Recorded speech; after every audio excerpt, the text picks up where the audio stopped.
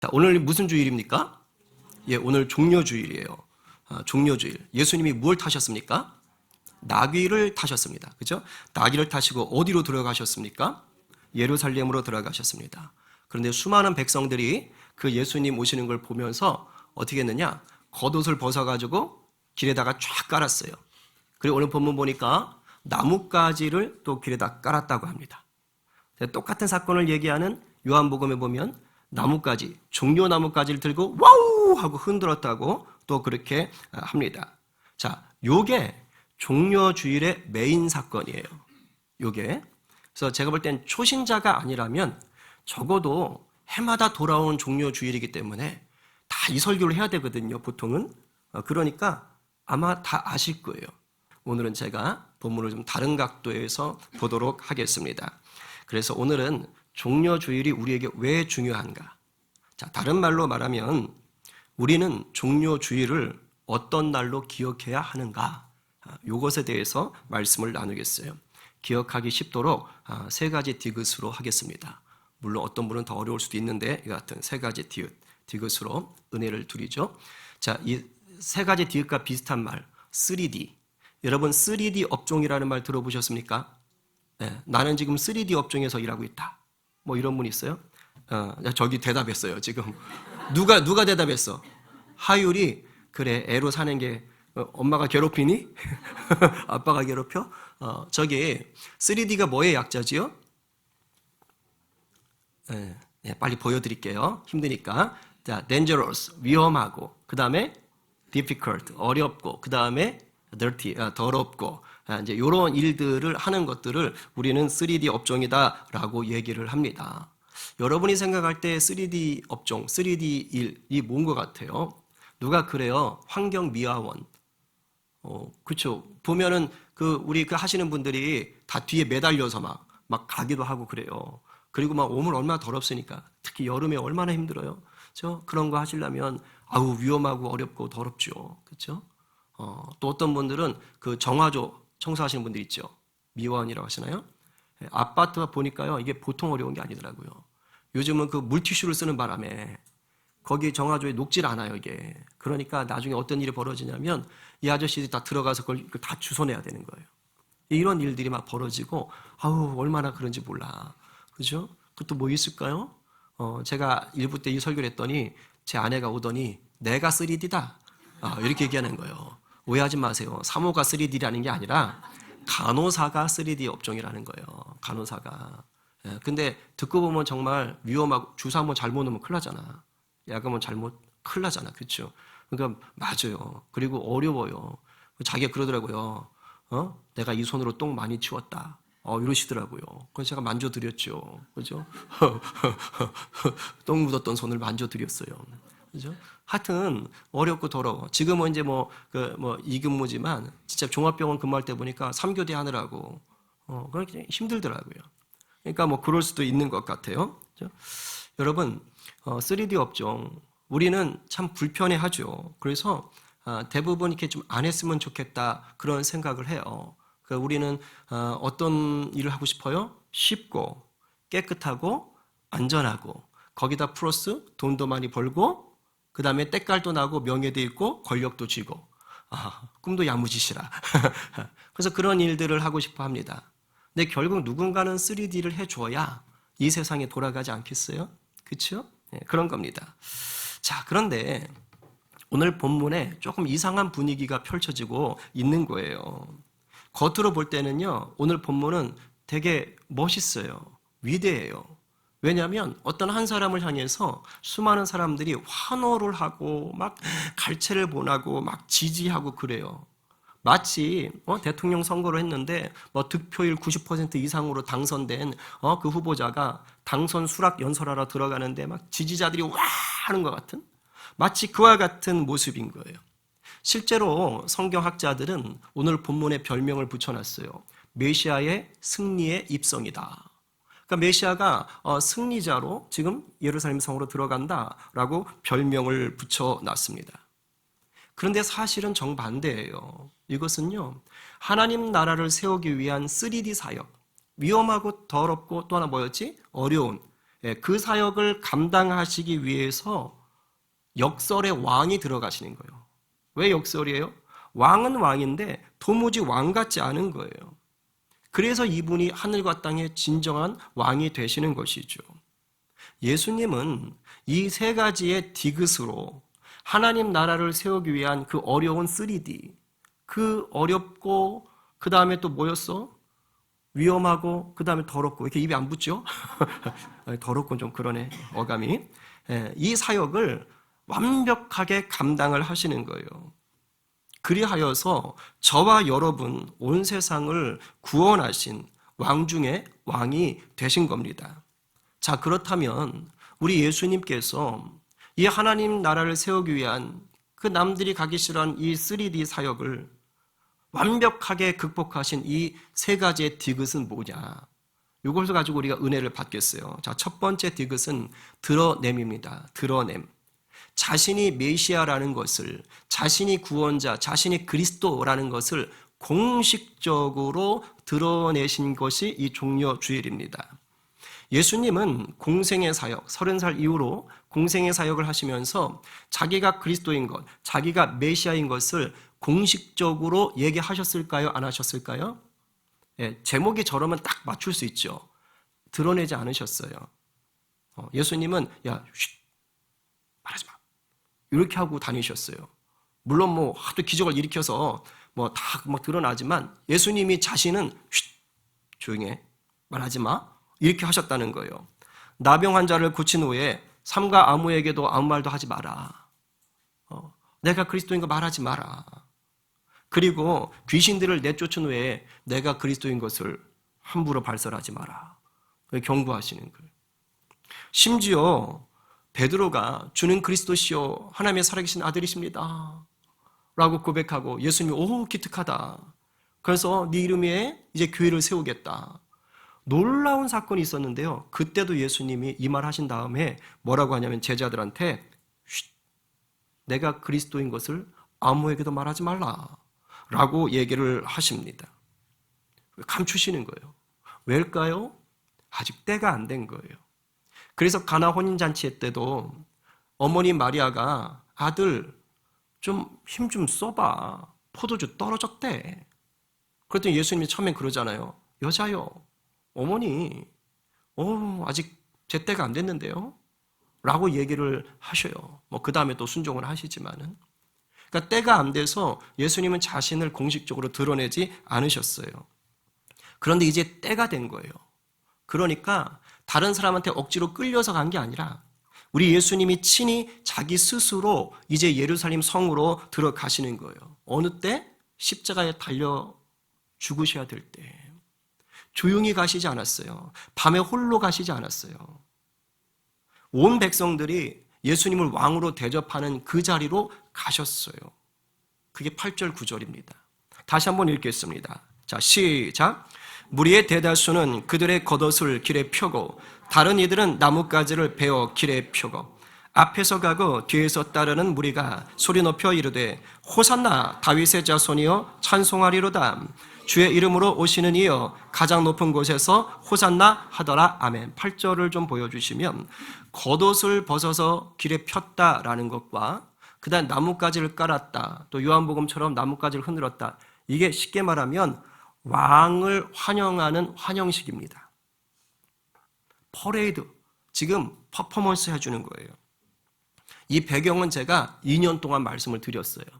그래서 옷을 벗어서 까는 거는 엘리사가 예후에게 네가 왕이 될 것이다 라고 얘기하니까 그 주변에 있던 사람들이 다 옷을 벗어서 바닥에 깔거든요. 그리고 엎드렸거든요. 그러니까 구약 성경의 이 사건에서 나오는 거예요. 그리고 종려나무가지를 깔고 그것을 흔드는 것은 예수님 오시기 전에 170년 전에 마카비라는 가문에서 쿠데타, 독립운동을 일으켜서 한 100년 정도 유다가 이 헬라 제국에서 잠깐 독립을, 느슨한 독립을 얻어요. 요때 처음 이겼을 때 그때 이제 행진을 해서 예루살렘 들어오거든요. 마카비 가문이. 그때 백성들이 종려나무 가지를 흔들고 길바닥에 깔고 그랬어요. 그러니까 지금 뭐 하는 거예요? 예루살렘, 이스라엘은 이 향수가 있는 거예요. 그러니까 지금 왕이 오시는구나 하고 지금 뭐 하는 거예요? 행동으로 환영 의식을 보여주는 게 8절 말씀. 그리고 이제 9절은 뭐냐? 8절이 행동이었다면 9절은 뭐 하는 거예요? 선포하는 거예요. 말로써 드러내고 고백하는 것입니다. 여러분, 호산나라는 뜻 다 아시죠? 이게 시편의 말씀이에요. 여호와여 구하옵나니 이제 구원하소서. 호시아나. 그래서 이 히브리어 우리 구해달라는 거예요. 우리를 좀 제발 좀 도와달라는 거예요. 그래서 이스라엘 사람들은 6월절만 되면, 지금 이게 6월절 행사, 6월절 절기 앞두고 이제 5일 전인 거야. 쉽게 말하면. 그래서 이 6월절이 되면 사람들이 다 저 호산나, 호산나, 호산나, 하나님이 말씀하신 메시아여 어서 오세요 라고 저것을 기도하면서 찬양을 했다라는 거예요. 그리고 또 9절에 다윗의 자손이라고 하잖아요. 여러분, 다윗의 자손은요, 구약에서 하나님이 다윗에게 네 자손이 바로 예수 그리스도가 태어날 것이다 라고 얘기한 거예요. 완전한 하나님 나라를 세울 왕이 나올 것이다 라고 하나님께서 말씀하시는 거예요. 그러니까 이스라엘 백성들은 다윗의 자손 이퀄 누구예요? 절대적인 왕, 다윗과 같은 왕을 생각하는 거예요. 그래서 예레미야도 이렇게 예언을 합니다. 23장 5절 6절에 한번 같이 읽어볼까요? 자, 시작. 여호와의 말씀이니라. 보라, 때가 이르리니 내가 다윗에게 한 의로운 가지를 일으킬 것이라. 그가 왕이 되어 지혜롭게 다스리며 세상의 정의와 공의를 행할 것이며 그의 날에 유다는 구원을 받겠고 이스라엘은 평안히 살 것이며 아멘. 의로운 가지, 바로 예수 그리스도를 가리키고 있는 것이죠. 그러니까 이스라엘 백성들은 이 메시아가 오셔서, 하나님이 얘기하신 이 다윗의 후손인 메시아가 오셔서 마침내 자기들에게 공의와 자비를 베풀고 평강을 주실 그 왕 언제 오시는가? 라고 했던 거예요. 그런데 지금 예수님이 딱 오시는 걸 보면서 백성들이 모여서 뭐 하는 거예요? 호산나 다윗의 자손이여, 호산나 다윗의 자손이여. 뭡니까? 기다리던 바로 그분이 오시는구나 라고 지금 환영하는 거예요. 예수님이 어머 창피해 하고 숨지 않았다고요. 그 사이로 당당하게 들어가시는 거예요. 뭐예요? 그래, 내가 바로 하나님이 구약에서 예언한 그 메시아가 맞다라고 공식적으로 지금 자신을 드러내는 것입니다. 그런데 이 드러냄이 dangerous, 위험한 드러냄이에요. 위험한 드러냄. 왜냐? 이게 공식적으로 드러냈다라는 것은 이제 뭡니까? 그때 당시 이스라엘은 로마의 식민지입니다. 로마 정권을 향해서 지금 선전포고하는 것이고, 당시에 유대의 종교 권력자던 대제사장이라든가 사두개인 이들에게, 종교 기득권자들에게 지금 싸우자라고 지금 선전포고하는 것과 똑같은 겁니다. 이걸 어떻게 알 수 있냐면, 여러분, 예수님이 태어나셨을 때 어떤 일이 있었지요? 저쪽 동방에서 박사들이 별을 보고 예수님을 찾으러 왔지요. 그런데 왕이 태어났구나 하고 별 보고 왔는데, 왕이 태어나니까 당연히 어디서 태어날 줄 알았어요? 왕궁에서 태어나는 거 아니야, 왕은. 그러니까 왕궁을 찾아가잖아. 그래서 헤롯 대왕한테 묻는 거 아니야? 왕이 태어나셨다는데. 그러니까 헤롯이 몸미? 내가 왕인데? 왕 안 태어났는데? 이게 이상한 거야. 그래서 동방박사한테, 야, 니네가 가서 혹시 찾으면 나한테 좀 알려주라. 근데 동방박사들이 낌새가 이상하잖아. 그러니까 뭐 하는 거야? 예수님을 찾은 다음에 헤롯에게 알려주지 않고 가버렸잖아. 그러니까 헤롯이 속았다, 나쁜 놈들. 이러고 어떻게 하는 겁니까? 딱 그때를 기준으로 베들레헴 지역에, 그렇죠? 그 인근 지역에 2살 이하의 남자아이들을 싹 죽여버리는 거예요. 뭐예요? 왕이 드러나니까 못 견디는 것입니다. 그러니까 지금 만왕의 왕 되신 예수 그리스도 메시아가 왕으로 다시 오니까, 우리의 구원자로 오니까, 그것이 드러나니까 뭐 하는 거예요? 이제는 십자가 죽음, 싸움이 예정되어 있는 것이에요. 그런데도 불구하고 이 위험한 드러냄을 예수님이 친히 보이신 것이죠. 왜? 그래야 우리를 살리니까. 그렇죠? 지금요, 우리가 읽진 않았지만 21장 10절 본문이 난리가 났어요. 이렇게 써 있어요. 예수께서 예루살렘에 들어가시니 온 성이 소동하여 이르되 이는 누구냐 하거늘. 여러분, 저기서 소동했다라는 이 헬라 원어가요, 지진이 일어났다라는 뜻이에요. 그러니까 지금 예루살렘이 지진이 일어난 것처럼 난리가 난 거예요. 난리가 난 거야. 그런 지금 어떻게 되겠어? 예수님께서 우리를 구원하셔야 할 때가 되니까 위험이 있지만 그것을 뭐 하는 거예요? 담당하시고 거부하지 않고 자신을 구원자로 드러내시는 것입니다. 여러분, 저와 여러분이 예수를 믿는다면 우리 인생에는요, 우리 주님 나라 위에서 살 때 위험이 있을까요, 없을까요? 반드시 있습니다. 반드시 있어요. 피하고 싶죠. dangerous, 피하고 싶어요. 그러나 우리 안에 살아계시는 예수님을 드러내실 때 놀라운 역사가 일어나요. 그 위험한 것이 변하여서 이제는 하늘의 복을 전달하는 복의 통로가 될 수 있는 것입니다. 아멘입니까? 아멘입니다. 인생에 닥치는 위험 앞에 예수님을 드러내심으로 넉넉한 이김을 누리시는 저와 여러분 되기를 간절히 축복합니다. 아멘입니다. 옆에 분에게 이렇게 축복하세요. 드러내서 이깁시다. 알겠죠? 자, 오늘부터 식기도 할 때, 바깥에서 식기도 할 때, 식사기도 할 때 일부러 젓가락 떨어뜨려서 고개 숙여서 죽는 척하면서 기도하기 없기. 알겠죠? 하여튼 드러내 봅시다. 알겠죠? 돌 맞더라도 하나님이 역사하실 거예요. 자, 두 번째 디귿은 뒤집음입니다. 뒤집음. 자, 굴림이 아니라 겸손을 선택하셔서 왕이라는 고정관념을 뒤집어 놓으셨어요. 여러분, 대통령이 뭐 당선돼서 아니면 큰 행사 때 어디 국빈으로 갔을 때 카 퍼레이드 같은 거 하잖아요. 자, 그때 그런 대통령이 무슨 차 탈까요? 우리 용준이 없네. 용준이가 타는 캐스퍼, 뭐 아니면 레이, 뭐 그런 거 타는 거 보셨어요? 아니면 뭐 자전거 보셨어요? 보통 뭐 타시더라? 리무진. 상표가 뭐예요? 제가 보니까 주로 벤츠 타시는 것 같아요. 근데 제 기억으로는 언제 한 번은 제네시스 이렇게 리무진, 뭐 그래서 타신 적도 있는 것 같아요. 그러니까 어쨌든 제일 좋은 차, 뭐 이런 걸 탄단 말이야. 크고 좋은 차. 물론 뭐 저한테는 레이도 좋고 캐스퍼도 다 좋은데 이제 국격이 있단 말이야. 국격이. 보통 그런 차를 탈 거 아니에요. 예수님 시대도 똑같았어요. 예수님 시대 때 왕이라든가 장군이 뭘 탔을 것 같아요? 1번 말, 2번 노새, 3번 나귀. 뭐 탔을 것 같아요? 말 탔어요. 그죠? 배너 같은 거 보셨잖아요. 그 로마 장군들 다 이렇게 말 타고 이렇게 하잖아요. 그죠? 그렇게 나간단 말이에요. 그러니까 말을 타는 거, 말 타는 거 이때도. 그리고 황제 정도 되면 개선행진 정도 하면요, 말도 한마디도 아니야. 6마리가 끄는 마차 뒤에서 딱 잡고 막 그러면서 막 이러고 가잖아. 말도 흑마가 아니야. 이럴 때 무슨 말 타야 돼? 백마를 타야 되는 거야. 그래서 2단 교주들이 다 백마를 타는 거야. 아시겠어요? 저 북쪽에 있는 저 김정은이도 백두산 올라갈 때 무슨 말 타요? 어떻게 그렇게 잘 알아요? 첩보원이세요? 이게 백마가 이게 특별한 거거든. 이렇게 가야 뭐가 나는 거예요? 폼이 나는 거예요. 권위가 사는 거예요. 그리고 말 위에 딱 타야 사람들 내려보잖아. 여러분, 높이가 권력이에요. 그래서 높은 데서 딱 내려보는 거예요. 아셨습니까? 네, 어이구, 어쩌면 좋아. 지금 우리 예수님 뭐 타셨어요? 그것도 무슨 나귀? 새끼 나귀. 나귀 새끼 하면 욕 같으니까 좀 바꿔서. 알겠어요? 새끼 나귀. 아니, 왕이 뭐 이래? 아니, 이게 뭐야, 이게. 여러분, 그거 아세요? 말보다 작은 게 노새고요. 노새보다 작은 게 낙입니다. 제가 요즘 제 AI한테 이름도 붙여줬어. 에젤. 그려봐. 실제 평균 높이를 측정해서 그려. 그래도 그렸어요.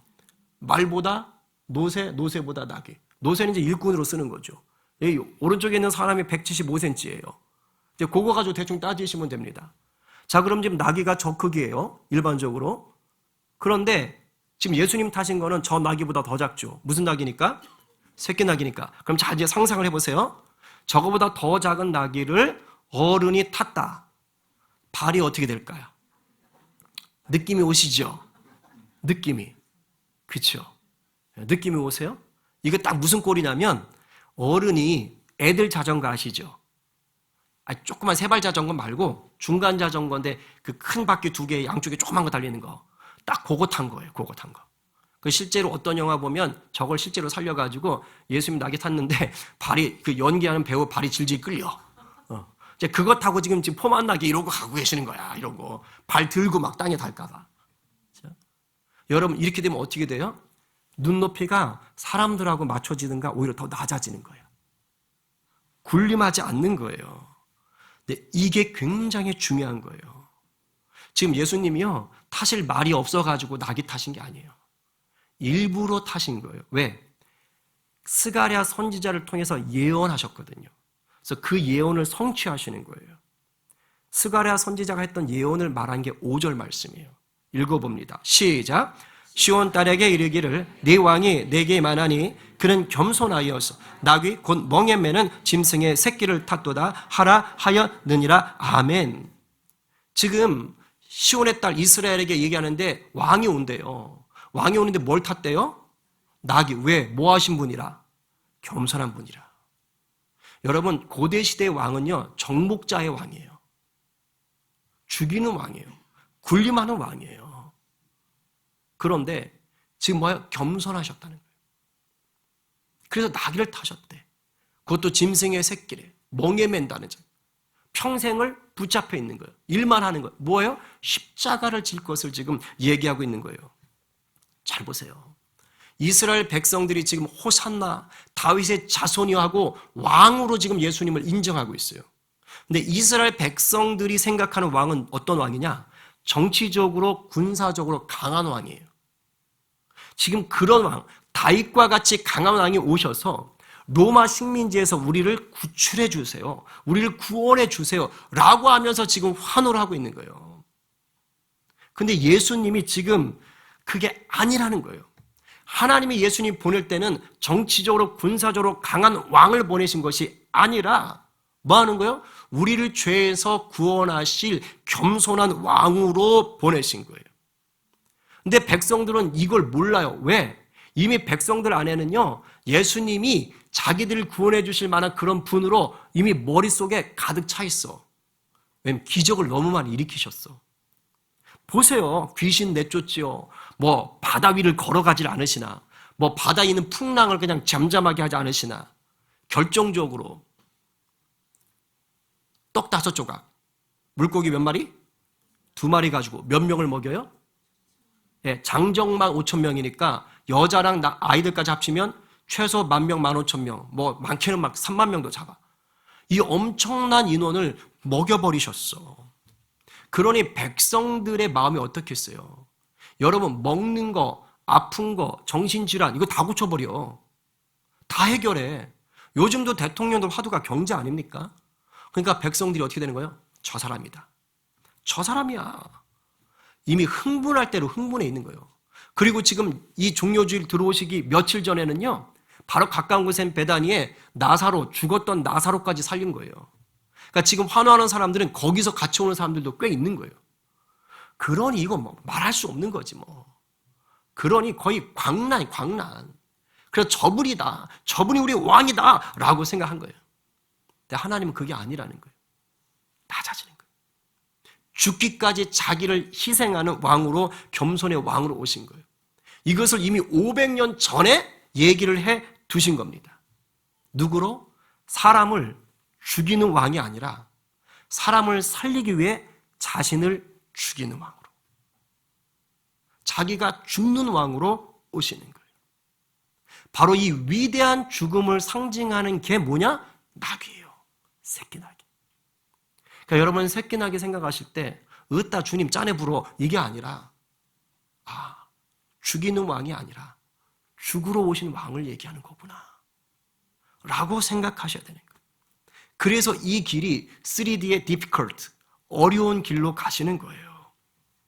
여러분 강물이 흘러갈 때 이 흘러가는 방향으로 헤엄을 치는 것은 쉬워요? 어려워요? 겁나 쉽죠. 그냥 몸만 뜨면 가. 그러나 흐름을 역류해서 헤엄쳐 올라가는 것은 어떻습니까? 어렵습니다. 불가능합니다. 여러분 자기가 힘이 있고 돈이 있고 권력이 있는 사람이요, 그거 쓰는 것은 어렵지 않아요. 있는 거 쓸 뿐입니다. 그런데 내게 힘이 있고 권력이 있고 돈이 있는데 그것을 쓸 수 있는데도 불구하고 절제하는 것, 이거 쉽지 않습니다. 예수님은 창조주요 전능자십니다. 예수님이 정치적으로 군사적으로 왕이 되려고 하면 얼마든지 되실 수 있어요. 예수님 달리실 때, 십자가 달리기 전에 병사들이 예수님 잡으러 왔을 때 예수님 그래요. 야, 내가 천사들 부르면 한 방에 와서 다 제거할 수 있어. 그러나 그렇게 하면 하나님의 뜻이 이루어질 수가 없잖아. 안 하신다고요. 진짜 어벤져스 타노스야. 이거 한번 치면 그냥 싹 제거할 수 있단 말이야. 그리고 자기가 원하는 제자들 한 자리씩 주면 되는 거예요. 근데 예수님이 그렇게 하지 않으신 거예요. 왜요? 우리를 구원하시기 위해서. 정치적 군사적 왕으로 오지 않으신 거예요. 요즘 온 세계가 전쟁의 소문이 흉흉하지요. 여러분, 이게 다 무슨 싸움이에요? 정치력, 군사력, 경제력 싸움이에요. 힘의 대결입니다. 이 안에 진정한 평화, 진정한 구원이 있을까요? 죄송하지만 없습니다. 그냥 힘의 논리로는 좀 더 나은 평화는 있을 수 있을 거예요. 하나님이 역사의 주관자시니까 이 전쟁을 통해서도 하나님이 행하실 일들은 하겠지요. 그러나 구원은 전쟁에 있지 않습니다. 세상의 승리 기준에 있지 않습니다. 오히려 전쟁에 이겨서 승리해야지만이 진정한 평화가 있다라고 말하는 그런 세상의 기준을 뒤집어 엎으시는 예수님의 십자가 사랑에 진정한 평화가 있습니다. 아멘이세요? 아멘입니다.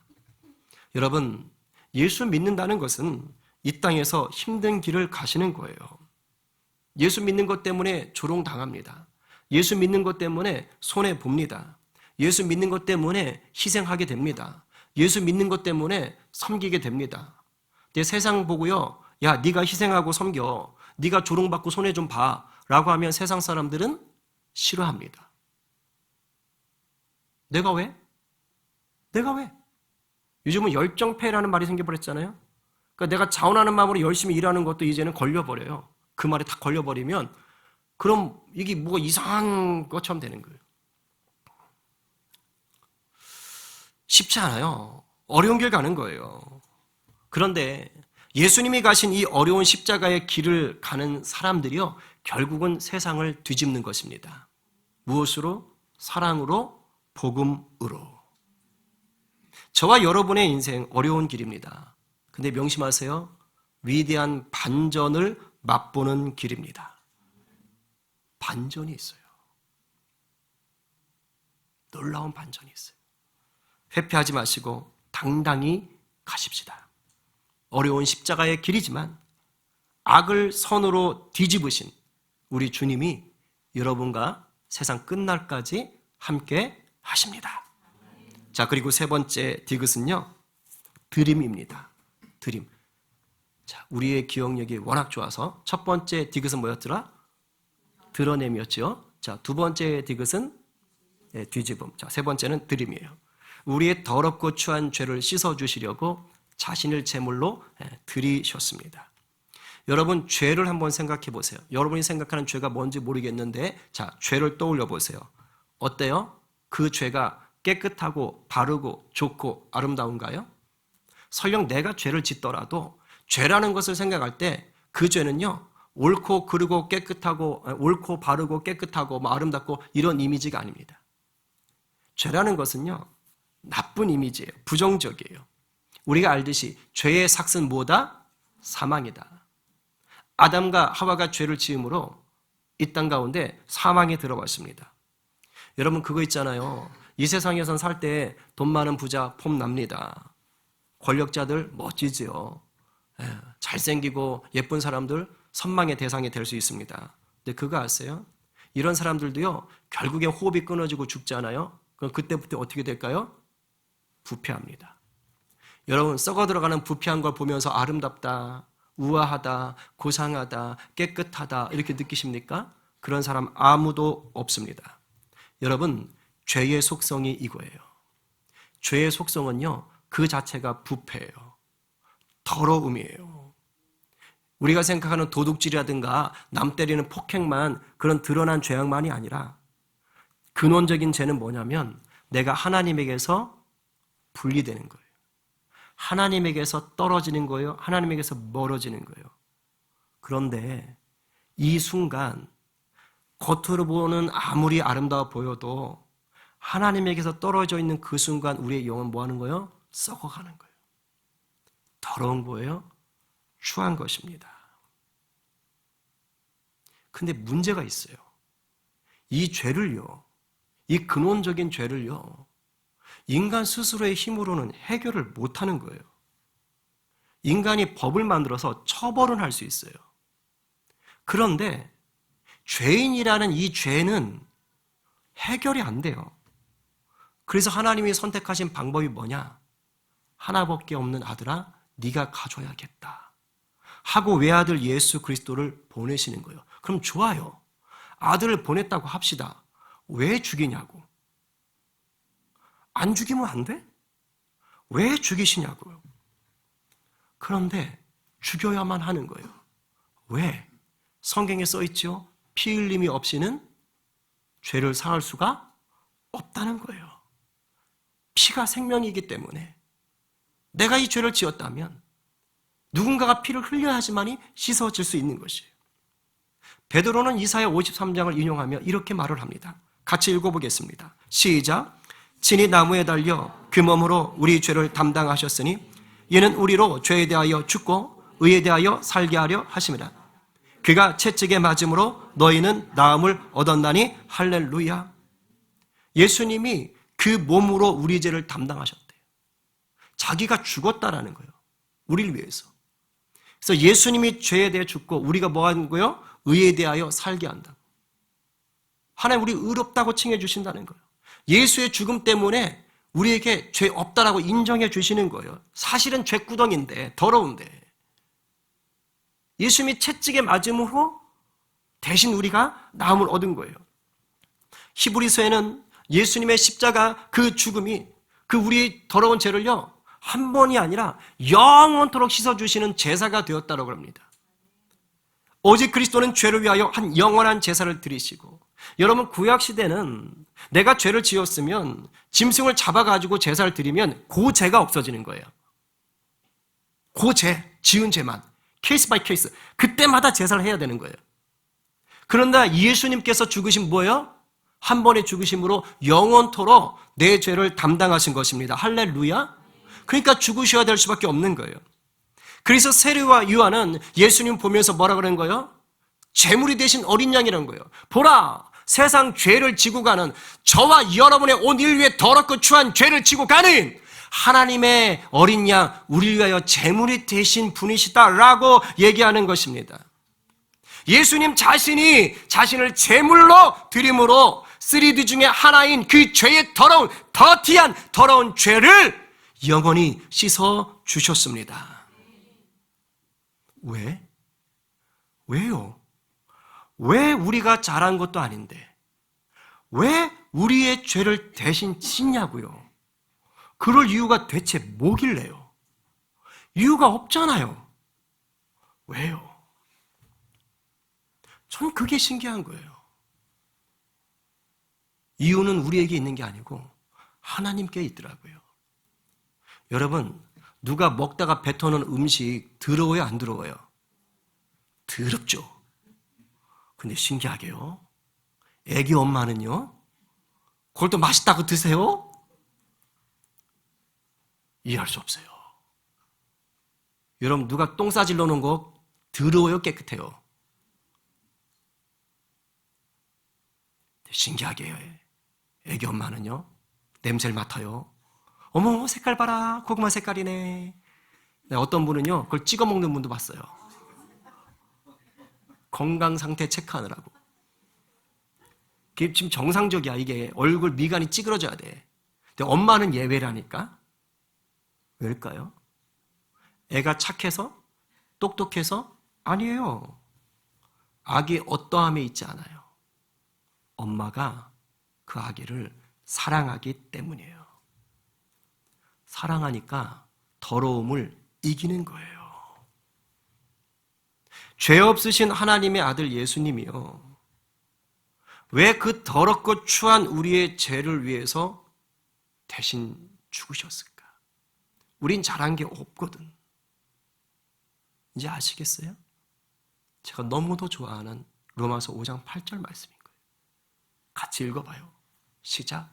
우리가 아직 죄인 되었을 때 그리스도께서 우리를 위하여 죽으심으로 하나님께서 우리에 대한 자기의 사랑을 확증하셨느니라.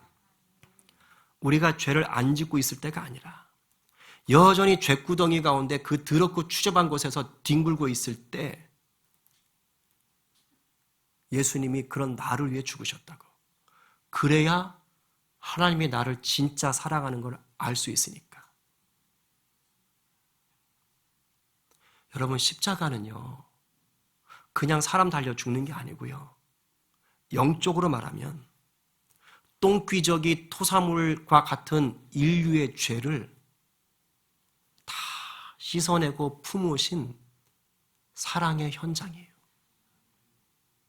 그게 십자가입니다. 그래서 예수님의 사랑에 붙들리면 인생 골치 아파져요.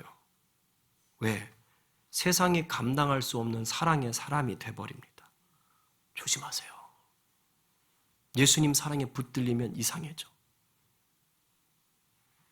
일본 선교사님 와 계신데 말 틀리면 안 되는데, 일본 빈민굴의 성자라고 일컬어지는 하가와 도요히코 목사님이라고 계셨어요. 이분이 빈민굴에서 선교를 하니까 빈민굴에 사는 사람들이 어떻겠어요? 뭐 엉망이죠. 더럽고 추접을하잖아요. 아주 그냥 배설물도 그냥 널려 있고. 근데 그곳에서 환자들을 정성껏 돌보는 거예요. 하루는 안질 환자 눈을 고름을 흘러내린 걸 닦아주다가 이게 감염이 돼가서 이분이 한쪽 눈이 자기가 실명을 했다 그래요. 그 전에 오는 일화 중에는, 죄송해요, 좀 이따 점심 드셔야 되는데 듣고 까먹었어요. 겨울인데요, 변비 환자가 왔는데 아주 지독한 변비가 걸린 거예요, 겨울에. 그래서 변비 독이 올라가지고, 분뇨 독이 몸에 올라가지고 이제 다 죽게 생긴 사람이 온 겁니다. 근데 손으로는 어떻게 이걸 해결을 못하는 거예요. 그러니까 이분이 어떻게 하셨을까요? 상상하시면 됩니다. 입으로 딱딱하게 굳어서. 그렇게 액션을 과하게 하시면 입으로. 그래서 그곳에 입을 대서 그걸 다 녹여가지고 마침내 그걸 뚫어서 그 사람을 살려냈습니다. 그러니까 사람들은 더럽고 추해서 안 하던 것을 그분이 한 거예요. 어떻게 이렇게까지 하시냐. 근데 이분이, 목사님 딱 한마디 하신 거예요. 예수님이라도 이러신다. 예수님이라도 이러신다. 여러분, 우리나라 손영한 목사님, 나병 환자들 촌인 애양원에서요, 나병 환자들하고 그냥 온몸을 부대끼며 그들 간호하셨어요. 자기 아들 2명이나 죽인 공산당을요, 자기 양자로 삼으셨어요. 어떻게 가능해요? 예수님 사랑에 붙들려 버려서 그래요. 우리의 본성은 더러운 거 피하고 싶어 해요. 그거 저주하고 싫어해요. 욕해요. 그런데 십자가 사랑은 그 더러움을 품어가지고요, 새로움으로, 아름다움으로 바꿔버립니다. 이 놀라운 사랑을 완성하시려고요, 예수님이 나귀를 타시고 예루살렘으로 들어가신 날이 종려주일이에요. 그리고 오늘 우리는 예수님이 완성하신 이 사랑 덕분에 이렇게 종려주일을 기념하며 예배하고 있는 겁니다. 그러니 이제 어떻게 사시겠습니까? 저 3디귿이 우리의 3디귿이 되는 거예요. 세상이 우리를 조롱할지라도 당당히 내가 예수의 제자임을 드러내는 자, 제자의 길을 가는 것이 손해와 핍박으로 어렵더라도 선으로 악을 뒤집는 반전의 사람이 되는 것, 세상이 다 더럽다며 등 돌리고 손가락질하는 그 곳에 나는 죽고 예수로 사는 그 사랑의 삶을 가지고 가서 하나님의 나라를 꽃피우게 하는 것, 그게 종려주의를 맞는 저와 여러분의 결단이 되어야 합니다. 오늘 누가 위험하고 어렵고 더러운 세상 속에 자신을 메시아로 드러내시고 악을 선으로 뒤집으시고 자신을 제물로 드려 구원을 완성하신 역설의 왕 예수님을 전심으로 높이시겠습니까? 오늘 누가 사랑으로 완성하신 하나님 나라를 위하여 이제 여러분의 삶을 드러내고 뒤집고 드리는 인생이 되시겠어요? 낙이 타신 주님 앞에 내 믿음의 옷을 펼쳐 활짝 깔아드리고 이제는 겸손히 주님을 따라가기로 결단하는 저와 여러분 모두가 되시기를 간절히 축원합니다.